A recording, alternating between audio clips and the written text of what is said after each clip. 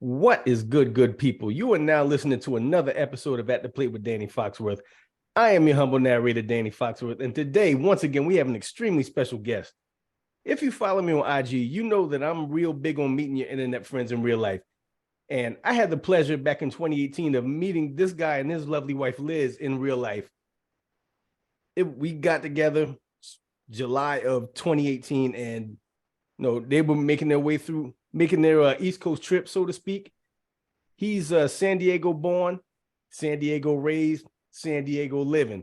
Ladies and gentlemen, the internet's favorite. We got Blaqq Rob in the building. Blaqq Rob, what's good, bro? What's up, brother? Appreciate you having me on here, man. Man, I sent out the call, man. You know I couldn't do an episode At the Plate and have a legit baseball player not come on my podcast. So we'll lead off with that. Mm-hmm. How did your love of baseball begin? Ooh, it it really began out of a hatred of football, man. Like, Really? well, so when, I started playing sports, probably I was about like 6 years old. I started getting into organized sports, right? Played basketball, I was okay. I played football, and the thing is, so I'm a big dude now, but like I didn't grow into my body until a lot later in life, right? So as a kid, I was small, right? I was a runt basically, and I was getting in football practice. I was getting just run over, done dirty. And this is keep in mind, this is football in the '80s, right? So these Yeah. coaches are not big on player safety or proper tackling or anything like that. So it's just Oklahoma drills, Yep. and I'm small, right, at that time, and I'm out there, I'm trying, but I'm getting like bruised up, and then I remember it was one day, it's time to go to practice. I told my dad, I was like, Dad, I'm hurt, man. I don't know if I can do it. He's like, Well, what do you want to do? I was like, I don't know if I want to keep playing. He's like, Look, man, like you want to do it no more, you don't gotta do it no more. And I like my dad, he played football in high school. My uncle played football in high school. I thought it was gonna be like, nah, you gotta get out there. He's like, you don't gotta play football, but you gotta find your thing, right? So the following spring, that was my first year playing little league.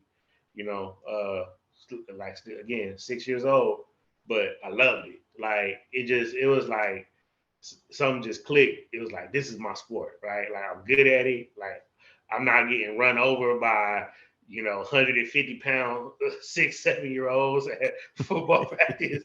You know what I mean? I was finally like in a sport that I could do well in, and from there, like it just took off. Like and around the same time, I went to my first major league game at it's not there no more, but Jack Murphy Stadium is what it used to be, right? Jack Those, Murphy.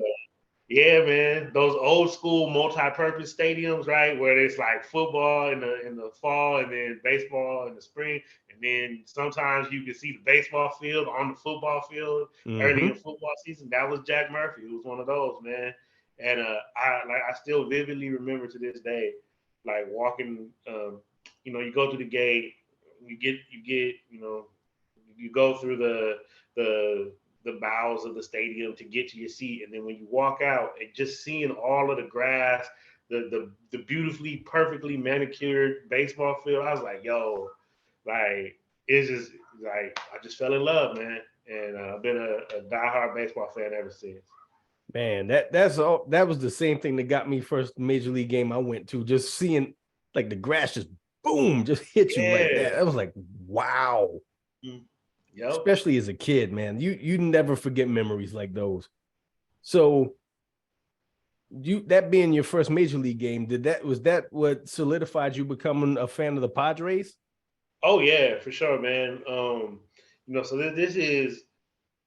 this would be like the late '80s, probably at this time. So in I want to say like '84, '85, they had gone to the World Series, but at that time I was like 4 or 5 years old. I really wasn't like paying attention. I wasn't really that like aware of it. But after going to that first game, I was like, okay, I'm in. Like I'm a baseball fan. Like that same year for my birthday or the next year, my uncle got me a set of baseball cards, and it was the like one of those big long boxes. I still got it in the garage right now. But it's the complete set for like all the teams, all the players for like 1987, I think, or 86, something like that, right? Man. And I'm flipping through the cards, right? I'm like reading everybody's stats, like I'm like, yo, like I'm just like soaking it all in. I start looking in the newspaper, reading box scores for other games, following the standings, right? Like I became like a baseball nerd, baseball junkie, like all right in this like mid to late 80s time frame. Just like, yo, like I wanna soak it all in, get as much of it as I can, learn as much as I can about the game, learn about the players, the stats, all of it. Man, and you also, it's so cool hearing somebody else nerd out, a fellow black dude nerd out about reading the box scores. But you had it good because I live on the East Coast in South Carolina, so whenever the newspaper showed up on my doorstep, and I would look at the box scores, they wouldn't have the complete box scores for the West Coast games. Mm-hmm. So we'd have to wait the following day to get the box scores from those games. And that was a wait, especially when we didn't have cable. So we had no clue. So going back to the Padres, who was some of your favorite players, past and present? Oh yeah, man. Well, for me, my number one all-time favorite baseball player ever is Fred McGriff, crime, right? Like, so most Padre fans, it's like Tony Gwynn is their favorite player. Of course, Yeah. right? Tony Gwynn, probably like my second favorite player all time, for sure. Like, I love Tony Gwynn, don't get me wrong. But like, I was a first baseman, right? And like, Okay. 91, 92, we got Crime Dog, and I was like, yo, I love this dude. Yeah. Right? Like he hits for power, lead the league in home run. He hit for average, career 285 hitter, like was clutch, drove in runs. I think he finished with was like 1,500 or like he was like I think it was like 1,500 RBIs on his career. Like consistently every year you could pencil him in for like 275, 30 home runs, 100 RBIs, like guaranteed. Super consistent. And like people always underestimate and forget how good he was defensively, right? Like he was sweet defensively too. A lot of people don't know that or don't remember that about Crime Dog. But that was my dude. That's like my all-time favorite baseball player. Getting to watch pretty much all of Tony Gwynn's career, like that dude is such an incredible, just pure hitter, right? Like honestly, for me, the thing that like really it is gonna sound nerdy as hell, but like the thing that really like helped me and elevated me as a baseball player, as a hitter, was reading his book. He got a book. What was the title? Tony Gwynn. I don't know. He got a book about hitting, right? And it's just it was him breaking down his entire approach to hitting, like what Wow. he's looking at, what he's doing, how he tries to work the count, his approach at a 0-0 count versus his approach 0-2 versus his approach 3-1, right? Like everything. And it's like I went from like just okay, I'm gonna get in the batter's box and I'm just gonna try to hit the ball to like now I'm thinking through my at bat like on each pitch, right? Like with each pitch, like the at bat changes, right? So your approach has to change, right? Like and like watching him approach hitting, like he approached it like a surgeon. You know what I mean? He was carving dudes up. Like if you listen to like the great pitchers talk about pitching to him, it's like we didn't know what to do with him. Greg Maddux talk about it like I don't like what I'm supposed to do, right? Like Yeah. so Tony Gwynn, that's my second all-time favorite baseball player. As far as other favorite Padre players, man, like I got to watch in the era when we had Gary Sheffield as well, right? Like Yeah. that what I'm saying? Yes. Like his bat speed was so fast. He said I had to tilt. He said he had to tilt it like towards the pitcher to slow his hands down. Yeah. Like incredible, right? Benito Santiago, that was another one of my favorites. Throwing dudes out from his knees, right? He he changed his number to 09 because he didn't want the strap on his chest protector going through his number. So if you ever see like Benito Santiago stuff, Really? when he switched, he was number 9, but then he was like, you know what? I need to look sweeter. So I'm gonna change my number to 09 so that the strap on the back of the chest protector, like it's not going, down the middle of my number. Love that dude, man. trying to think other favorite Padres over the years. I got to watch Adrian Gonzalez, again, another first baseman, right? From San Diego. He gave us the blues when we, my senior year of high school, we played against his high school. He gave us the blues. He was a junior when I was a senior. He ultimately made it to the big leagues as a Ranger. I think he started out with in Texas, I think. Okay. And then we acquired him. Really solid player, man. Really loved watching him during his time here. And now, like, honestly, man, Manny Machado I always knew Manny was cold, but then like watching a dude every day in, day out, night in, night out, you get to really see like how they approach the game, just kind of how they move. Like I have the utmost respect for that dude in terms of like how he goes about it. Like he's an incredible baseball player, right? Like, Yeah. I'm glad we locked him up, for the rest of his career, essentially. Well, y'all are going to be a problem this year, man. Hey, I hope so, dude. Y'all are so. It don't make no damn sense how stacked y'all are. Hey, the only concern, and it's already popped up so far, is the bullpen. And, that's everybody, right? Everybody's looking for bullpen depth. But we've already had a few games this year where it's like, okay, the starters left the game with a lead. And then, sure enough, like, they couldn't bridge the gap to Josh Hader. We got him as our closer now, right? Okay. And so, like, being able to get, like, from that 6th, 7th inning and then hand it over to Hader in the 9th, like we've blown, I want to say at least 2 or 3 games that I've been watching, So yeah, man. So that's a concern. But offensively, especially once Tatis gets back off of his steroid suspension, man, this lineup is no easy outs. 1.9, no easy outs. None. Man, so what were some of your favorite memories as a Padres fan? Okay. I think, like one that comes to mind is the pennant race in '98. We went to the World Series in '98. That was great. That was my senior year of high school. Being able to, like, there's nothing like it following your team when they make a championship run. You know what I mean?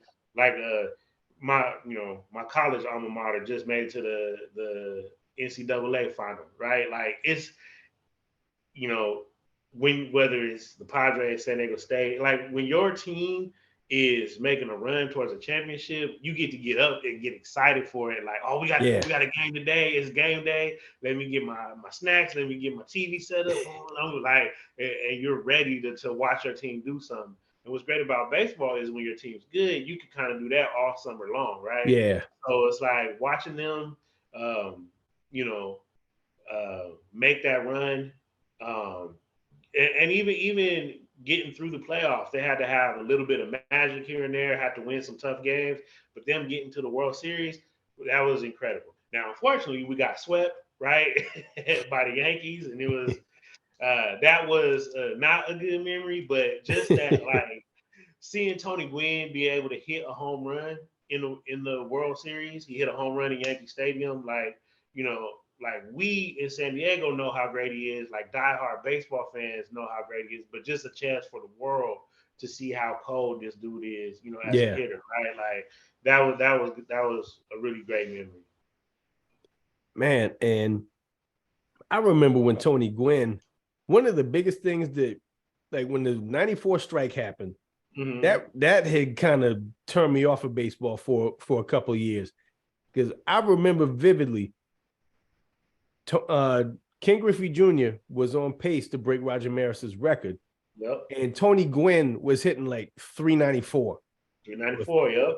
I was like, dude, I never thought in my lifetime I would see a player flirt with a chance of batting 400 for the entire season.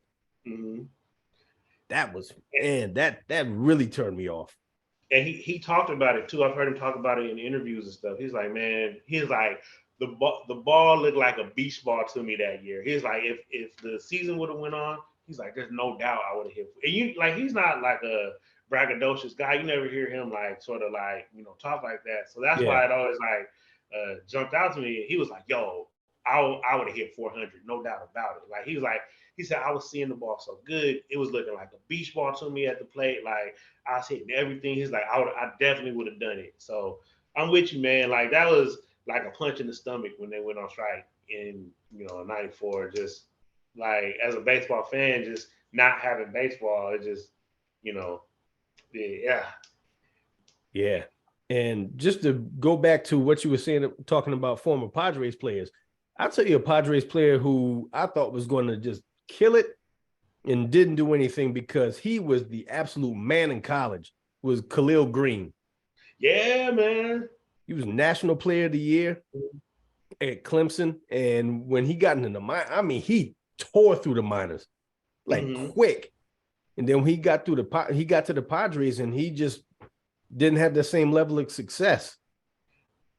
Yeah, he was always cold defensively. Like that's one thing. He used to make some of the most incredible plays at shortstop I'd ever seen, which is incredible. I think he played third in college. He wasn't. I'm trying to remember. When he played at he was either third or shortstop. Okay, yeah, but like he defensively, he always brought it every night. Like he was cold. Offensively, he had some flashes. Then he showed some power here and there. But I think what really hurt his career, and he's talked about it since his playing days. He had like a bit of like social anxiety disorder, right? Like to where like, okay, yeah, like the crowds, the media, like all of that stuff started to like get to him and weigh on him, and then not having success initially like he was used to, right? Baseball had always come so easy for him. Yeah. And then like and he wasn't even sorry, but he just wasn't like dominating like he had previously. And then combine that with all the social stuff, it kind of like wore on him, and like and he struggled with it. And it was really a sad story of like unfulfilled potential. You know what I mean? Like because he was so cold. Yeah, he was. So, who are some of your favorite non-Padres players, past and present? Oh man, shoot. How much time you got? We got time. We got time. Man, so there's so many, especially like obviously so many black ball players that I grew up loving, right? Mainly I admired like the way they play, right? The three that jump out as far as non-Padre players who I love, Ricky Henderson, Ken Griffey Jr., and Barry Bonds, right? Like just like everything about how Ricky played baseball was just hilarious and just it was so great to me. Yep. Like even like just like that's my guy. That's right, you got him right behind you. That's my goat. Hey, he might be he definitely to me is like the best leadoff hitter ever. He's everything you would want in a leadoff hitter because he had pop, so he can get you a home run. Obviously, the stolen bases, right? Hit for average, get on base, right? Wreak havoc. In the outfield, the snap catches, right? Like everything was like with flair. You know what I mean? The collar pops after he went yard. Hey man, how can you not love Ricky? Hey, Ricky was the best, and he kept playing baseball for so long. He was playing for some independent league team here in San Diego when he was like in his 50s. Like I remember I went to a game and we sat right behind home plate. They're like, man, let's go see what Ricky doing. And like we went out there and I was like, oh, this league, sorry. Like I was like, I can make this team. But somebody threw, a little fastball like right down the middle. He turned on that, slapped it over the fence. I was like, man, Ricky still like, he can still do it. Well, I mean, he is independent league, lower level, but like just seeing him, like he was still in shape at the time, still fast, like still out there doing it. Dude, if you haven't checked it out, ESPN does a 30 for 30 podcast series, and they did an episode of Ricky with his stint with the independent league. It was called Ricky Won't Quit. Okay. It's a really good episode. I'm gonna have to check that out. I don't know how I missed that one, but I'm gonna have to look for that. Yeah, I'll send you the link. Okay. So yeah, keep going with your favorite players. Oh yeah. Bonds, obviously. Like I loved Bonds in Pittsburgh before the steroids, right? Before his head got super big, right? Like that was my dude because he was a player. Like they always talk about like 5'2" players, right? You know, I guess the only thing Bonds struggled with or lacked was his arm strength wasn't the best, right? Like it was fine, but it wasn't the best. But like as far as a baseball player goes, like Barry Bonds can do everything on the baseball field. Like, hit for power, hit for average, steal bases, right? Gold glove defense, right? And then, in San Francisco, he was like, oh, okay, y'all want to, reward everybody for home runs. Let me get on the juice and I'm gonna hit home runs too. Right? So then the whole second half of his career, he was the most feared hitter I've ever seen in baseball. Yeah. I've never seen anybody walk a hitter with the bases loaded, right? Buck Showalter did that when he was managing the Diamondbacks. Bonds came up, bases loaded. He said, I'm not letting this dude beat me. Walked in a run to avoid pitching to Barry Bonds. Like, never seen anything like that. So, love that dude. Griffey, obviously, completely, like, changed the game as far as, like, looking cool playing baseball. You know what I mean? Like, there's very few athletes who are able to kind of do that in different sports, like Jordan, Magic, Tiger Woods with golf, Serena with tennis. Like, it's like, oh, they're making this sport look like cool, look fun. Michael Vick in football. Like, it's like something like you're not used to seeing. And like Griffey did that with baseball. Like, so much swag on the diamond, right? Like the backwards hat during batting practice, just like, hey, the Griffey cleats, right? The Griffey batting gloves. Like, luckily, like it was in a color pattern that I could kind of get away with wearing with our high school team, kind of like the blue, like Mariners colors, kind of. So I had the Griffey batting gloves in high school. Like, yeah, man. Griffey, of course. Really just a lot of black first basemen I was big fans of, man. Just like different parts of their game. Frank Thomas, Big Hurt, obviously, right? Like, Mo Vaughn, I always liked him. Yes. With the Angels. He had such a violent uppercut with his swing. I loved it. I was like, this dude is swinging out his ass. But hey, it worked. He was he could hit. He could hit. A couple other first basemen I like. I enjoy watching Mark Grace. I used to watch him on WGN with the Cubs, right? Wally Joyner, he had a stint with the Padres. I like him too. I like defensive first baseman because like I always prided myself on that. Like, yo, man, like I told my dudes, like, hey, I can't jump that high, but if you throw it in the dirt, like I got you, right? Like I'll dig it out. So, I always had an affinity for Grace and Joyner. Two dudes, they're not first basemen, but Greg Vaughn and Barry Larkin. I dapped them up one time when they were with the Reds. They came into the spot I was working, and I was like, "Oh shit!" Everybody's like, "What? It's just two random black dudes." I was like, "Nah, that's Barry Larkin and Greg Vaughn." And I went over, I talked to them for a minute, I dapped them. I was like, "Oh man, I'm playing junior college ball, around the way." It's like ask them something real, like, "Oh, you got any advice?" Da da da.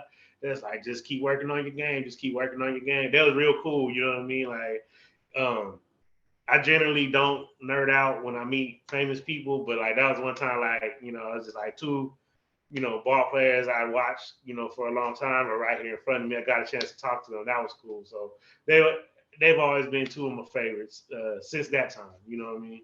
Dope. Man, that's a good list, man. You bringing up Mo Vaughn and Barry Larkin, Wally Joyner, man. I remember when he was with the Angels. I didn't realize he was with the Padres too. Yeah, during the World Series run, they once they started building the team back up, they acquired him. He was their first baseman, like late '90s to the early 2000s. Wow, man, I didn't never realize that. Mm-hmm.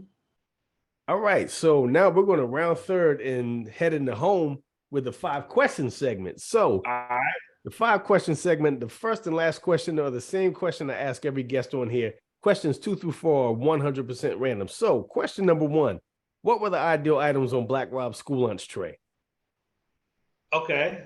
So that depends because there's different phases of this. So like in elementary school, I didn't really eat school lunch because it was nasty. It was like it was all Ronald Reagan fault, man. School lunch in the '80s was some shit.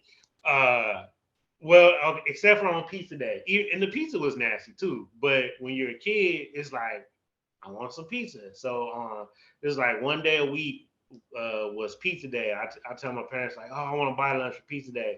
They give me $1, and it'd be pizza, some other nasty food, and like a carton of chocolate milk. Right. That was the only school lunch I would eat in elementary school. Every other time I bring my lunch. In middle school, they started bringing like fast food vendors in Oh, to and really? like yeah. So like they had Wow. like a Taco Bell stand, like and like Pizza Hut. You can get like a personal pan pizza, What? or you can get like Taco Bell. So in middle school, it was either every day was either a bean and cheese burrito or a personal pan pizza. And then yeah, I'm completely unhealthy, like completely ridiculous, right? doesn't Like matter. Your metabolism is through the roof. Y'all can that's withstand the true. grease. I'm high key hating. Like I said in the previous episode, I clearly was grew up in the wrong school district because dude, Taco Bell and we would get Mm-hmm. like when I was in middle school, we would have when we had field day, they'd have the Taco Bell tent set up, but that was Mm-hmm. once a year. Yo, man, dude. Yeah, man. Hey, I probably ate hundreds of bean and cheese burritos during middle school, and personal pan pizzas. That was the move. And then in high school, it was the same stuff. Uh, but they had cafeterias too, and the cafeteria food was still nasty. But they also had these like you know stands or carts where you could get some of the other stuff. And then in high school, we could get like a KFC two pieces of chicken and a biscuit, What the and, hell, man? it was like $2-3, right? So yeah, man, like like that would be a go to item in high school. Uh, the personal pan pizzas, the KFC, and we had open campus too in high school for most of my high school career. And then so by the time I started driving, I would drive off campus and go to the taco shop, carne asada burrito, carne asada fries. This Yeah, man, guy, I was eating good in high school, bro. I was eating good. man, stun on him. I like it. Question number 2. What was the first rap song you ever heard? Ooh, first rap song I ever heard was it was Vanilla Ice. Man, It was at my grandmother's house. My older cousin, he always had tapes, and he was getting real into rap before me. And I remember we was in the garage. And that was the first thing he put on. I think it was Ice Ice Baby. One of those Vanilla Ice songs. But he was always putting me up on stuff. I'm trying to think what else. What was some early stuff that I heard? And of course, uh, the first one that like stuck with me and like was like, oh, okay, I need to learn more about this. The first tape that I listened to was probably the Chronic. Just that okay. whole, I was like, okay, like I'm into this. You Yeah. know what I mean? Question number 3. When's the last time you drank a glass of Tang?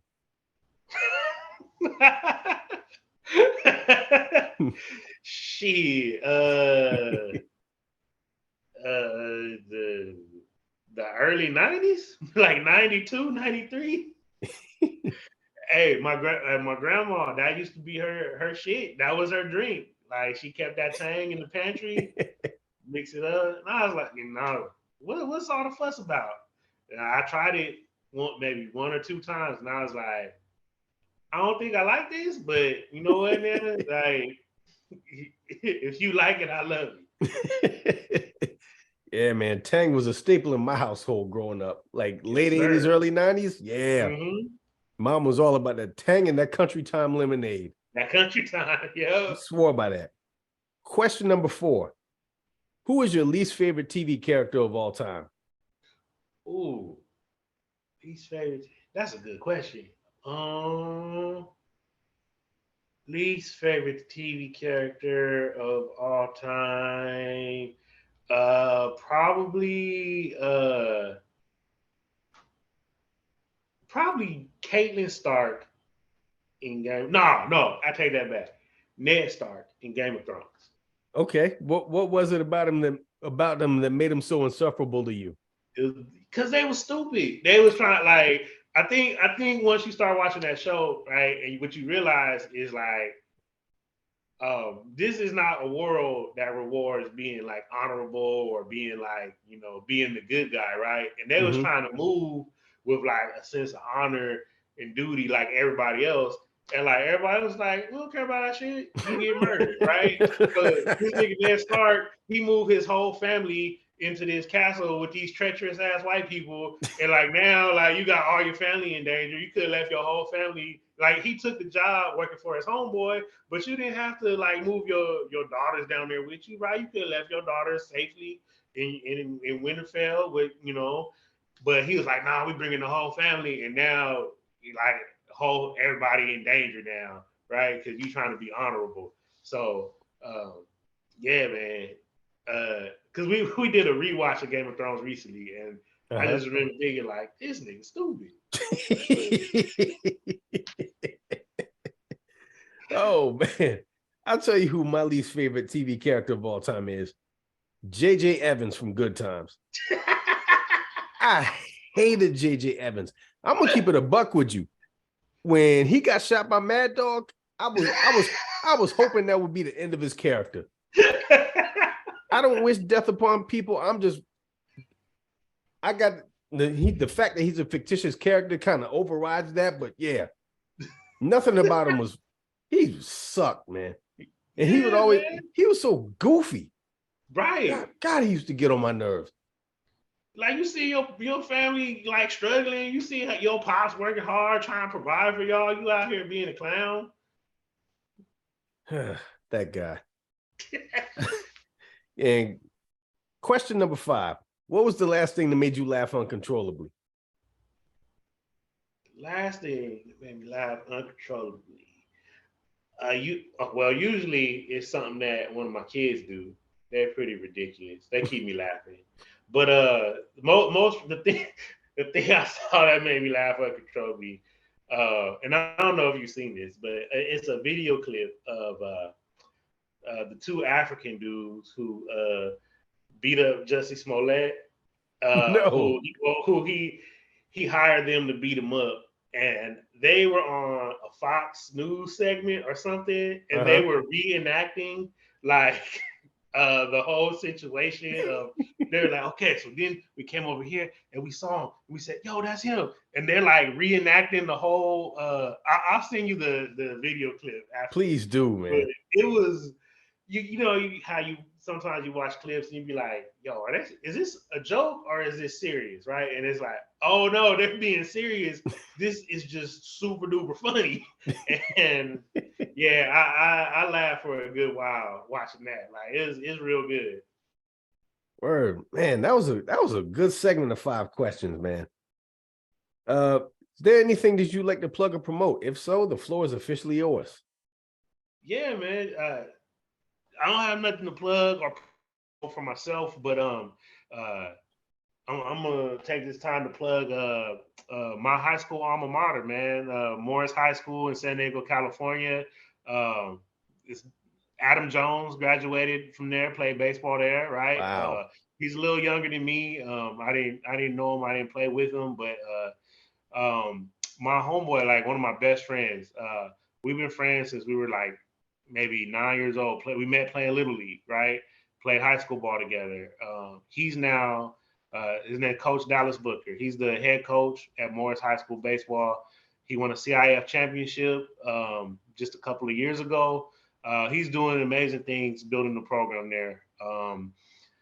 It's a high school in the hood, man. It's Black, Mexican, Filipino, Samoan kids, Black and brown kids playing baseball, man. So, for those who don't know, especially in the hood, baseball teams don't get the same financial support as other sports, especially football, right? Baseball requires a lot of equipment, balls, bats, uniforms, things like that. So they've been running a fundraiser trying to meet their goal. Hopefully, if you could post the link, I'd appreciate it. If anybody wants to find it, it's on org.eteamsponsor.com, and it's the 2023 Morris High School Baseball Challenge. If anybody's able to contribute, we greatly appreciate it. He's doing amazing things. He's keeping the kids engaged, doing things that like our coaches would have never allowed, like just making it fun. Like they play music at practice or during batting practice, right? Like they keep it light. He recently done like the City Connect uniforms, like the big league teams are doing, right?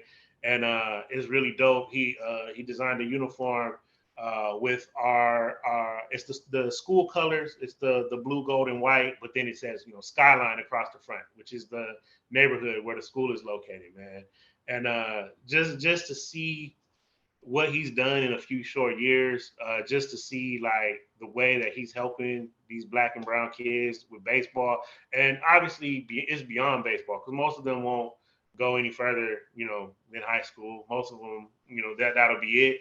But just helping them as young men, it's really dope thing to see. I'm super proud of him, and I just want to plug what he's doing. If anybody is able or wants to donate, it's greatly appreciated. 100%, man. That's a great thing that your friend is doing, and I'll definitely put something on that. Appreciate it, brother. Man, this was a great episode, man. I appreciate you being on, man. Hey, man, thank you so much for having me. I really appreciate it, man. What you're doing is really great, man. I love listening to people talk about baseball. You know what I mean? I love like hearing people talk about their fandom, their favorite teams, their experiences with baseball. Like, it's really dope, man. Keep on doing what you're doing, bro. I appreciate that, man. And if you're still listening, I appreciate you for listening. Make sure you like, download, and subscribe to At the Plate with Danny Foxworth. And for Blaqq Rob and myself, till next time, y'all be good. 3 strikes.